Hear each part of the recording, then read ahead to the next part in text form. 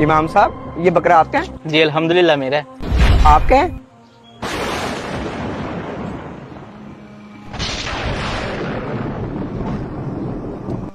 देखा तुमने, वैसे इमाम साहब कहते रहते मेरी तनख्वाह 15,000 है, अब इन्होंने 50,000 रुपए का बकरा ले लिया। हाँ यार, 15,000 की तनख्वाह में बकरा लेना तो बड़ा मुश्किल काम है। फिर इमाम साहब के पास इतने पैसे आए कहाँ से? मैं बताता हूँ, सदर साहब कह नहीं रहे थे मस्जिद का चंदा दिन ब दिन कम होता जा रहा है। अब पता चला कहाँ गया चंदा? अच्छा, ये बात तो फिर सदर साहब को बतानी चाहिए। चलाओ फिर अभी चलते हैं सदर साहब के पास।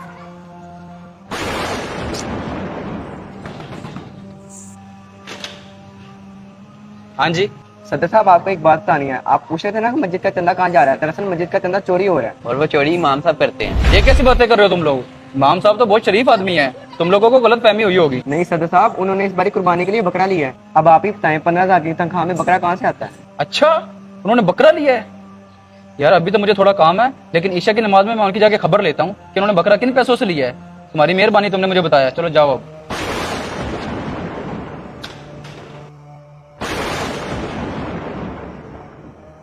इमाम साहब, मैंने जो सुना है क्या वो सच है? आपने वाकई इस दफा ईद पे बकरा करना है? जी सदर साहब। कितने अफसोस की बात है इमाम साहब, मैं आपको क्या समझता था और आप क्या निकले। इसका मतलब जो मस्जिद का चंदा कम हो रहा है वो यहाँ इस्तेमाल हो रहा है।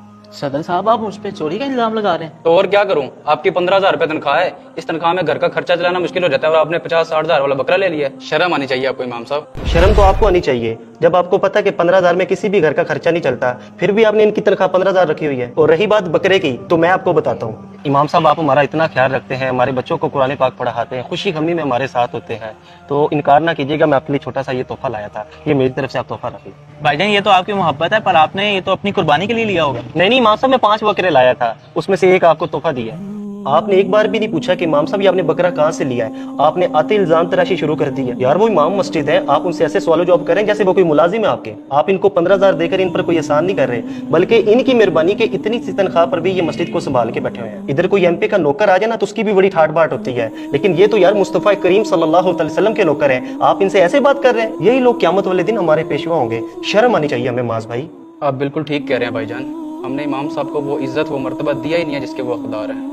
इमाम साहब मुझे माफ कर दें, किसी ने मेरे ज़हन में शक डाल दिया था।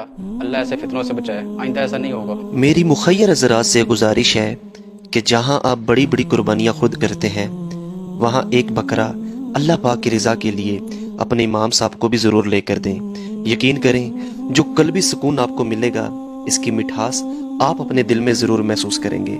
और खुदारा बिला तहकीक किसी पर भी इल्ज़ाम ना लगाया करें। प्यारे दोस्तों, अगर आपको हमारा मैसेज पसंद आया, शेयर ज़रूर कीजिए और हमें फॉलो भी करें।